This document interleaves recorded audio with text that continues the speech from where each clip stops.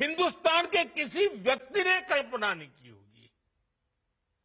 बिहार में आरजेडी कांग्रेस के मंच से मेरी मां को गालियां दी गई। ये गालियां सिर्फ मेरी मां का अपमान नहीं है, ये देश की मां, बहन, बेटी का अपमान है। मुझे पता है आप सबको भी, बिहार की हर मां को, बिहार की हर बेटी को, बिहार के हर भाई को ये देख सुनकर कितना बुरा लगा है। मैं जानता हूं इसकी जितनी पीड़ा मेरे दिल में है, उतनी ही तकलीफ मेरे बिहार के लोगों को भी है। और इसलिए आज जब इतनी सारी तादाद में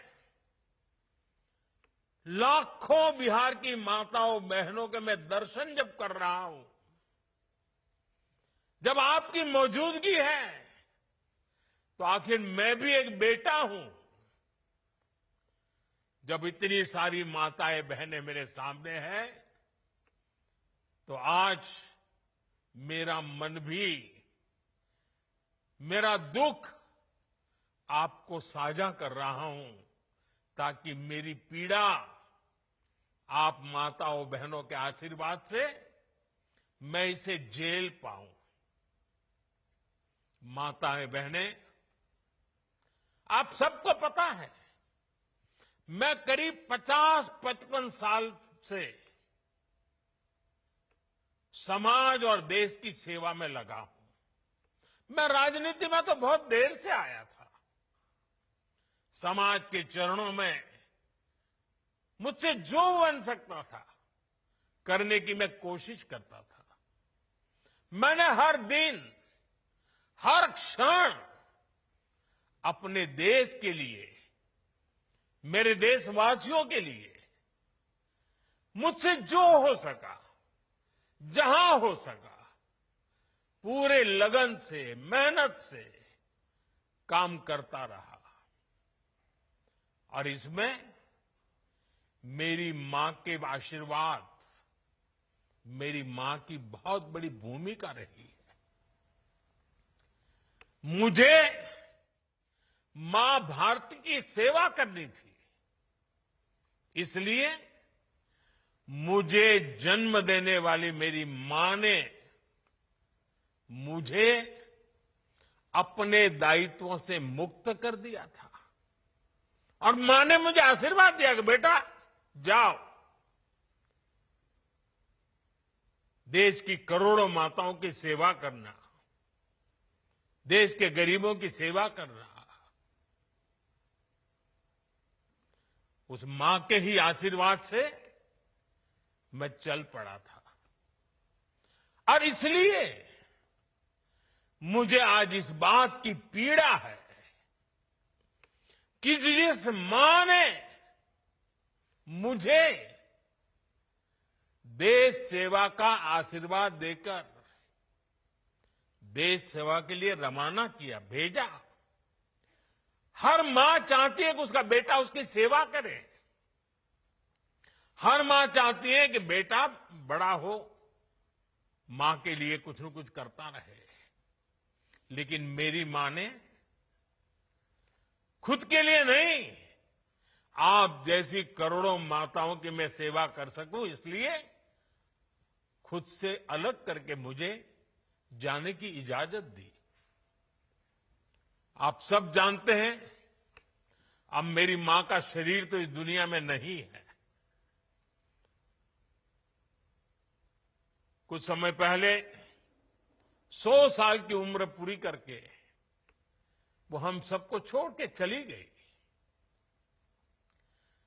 मेरी उस मां को जिसका राजनीति से कोई लेना देना नहीं, जिसका शरीर भी अब नहीं है, मेरी उस मां को आरजेडी कांग्रेस के मंच से भद्दी भद्दी गालियां दी गई। माताएं बहनें, मैं देख रहा हूं आपके चेहरे, आपको भी कितना दर्द हुआ होगा। मैं देख रहा हूं कुछ माताओं के आंख में आंसू मुझे नजर आ रहे हैं। ये बहुत ही दुख देने वाला है, कष्ट देने वाला है, पीड़ा देने वाला है। क्या गुनाह उस मां का, क्या गुनाह जैसे भद्दी गालियां सुना दी जाए। साथियों, हर मां अपने बच्चों को बहुत तपस्या करके पालती है। यहां मेरे सामने बैठी हुई हर मां उतनी ही लगन से, उतनी ही तपस्या से अपने बच्चों को पालती है। बच्चों से बड़ा मां के लिए कुछ नहीं होता है। मैंने भी बचपन से अपनी मां को ऐसे ही रूप में देखा था। उन्होंने बहुत गरीबी में बहुत सारी तकलीफें सहते हुए अपने परिवार को, हम सब भाई बहनों को पाला था। मुझे याद है, बारिश का मौसम आने से पहले मां इस कोशिश में जुट जाती थी कि छत न टपके, ताकि उसके बच्चे चैन से सो सके। मां बीमार होती थी, फिर भी पता तक नहीं चलने देती थी, काम करती रहती थी, काम पर जाती थी। वो जानती थी कि अगर उसने एक दिन आराम किया तो हम बच्चों को दुख सहना पड़ेगा। कठिनाइयों का पता मेरे पिताजी को भी लगने नहीं देती थी मां। वो अपने लिए कभी कोई नई साड़ी तक खरीदती नहीं थी। वो एक एक पाई जमा करती थी ताकि अपने बच्चों के लिए एक जोड़ी कपड़ा बनवा सके। और बात भले मैं मेरी मां की कर रहा हूं, लेकिन मेरे देश में करोड़ों मां ऐसे ही तपस्या करती है। मेरे सामने जो माताएं बहनें बैठी है ना, उन्होंने भी इतना ही कष्ट झेला है। एक गरीब मां जीवन भर ऐसे ही तप कर अपने बच्चों को शिक्षा दीक्षा देती है, ऊंचे संस्कार देती है। इसलिए मां का स्थान देवी देवताओं से भी ऊपर माना जाता है।